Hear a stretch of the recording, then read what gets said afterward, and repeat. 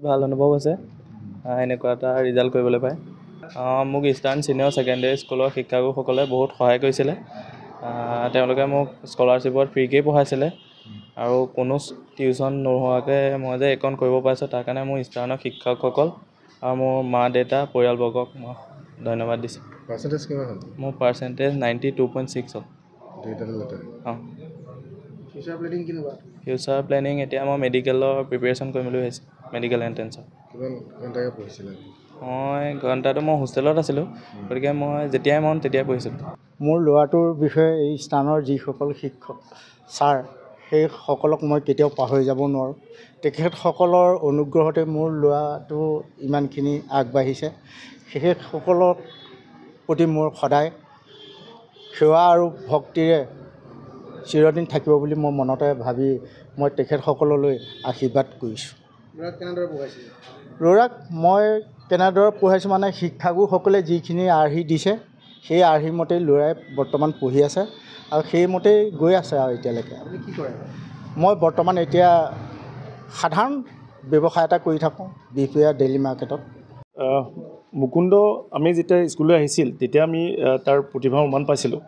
আমি যেনেকৈ কওঁ সেইভাগেই সি চলে আৰু আমি তাক সি কৈছে অলৰেডি আমি তাক যিমান পাৰোঁ সহায় কৰিছিলোঁ।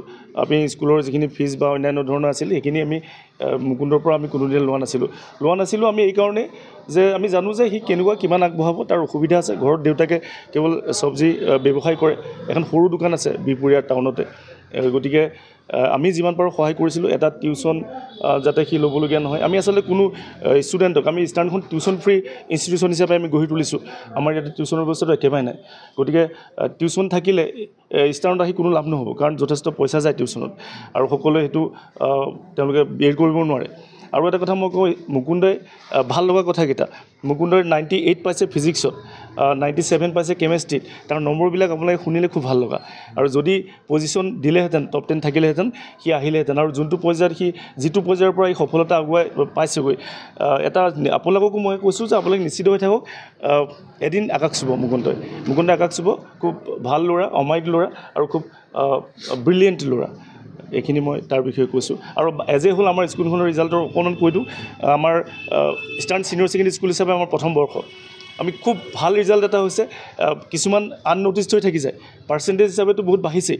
আনন'টিছ কথা কিছুমান 52% লৈ আহিছিল আমাৰ আৰ্টছলৈ, এতিয়া 83 পইণ্ট ছামথিং লৈ ওলাই গৈছে। এনেকুৱা ভালেকেইটা ইনচিডেণ্টছ আছে যিটো মই শ্বেয়াৰ কৰিবলৈ পাই খুব ভাল পাম।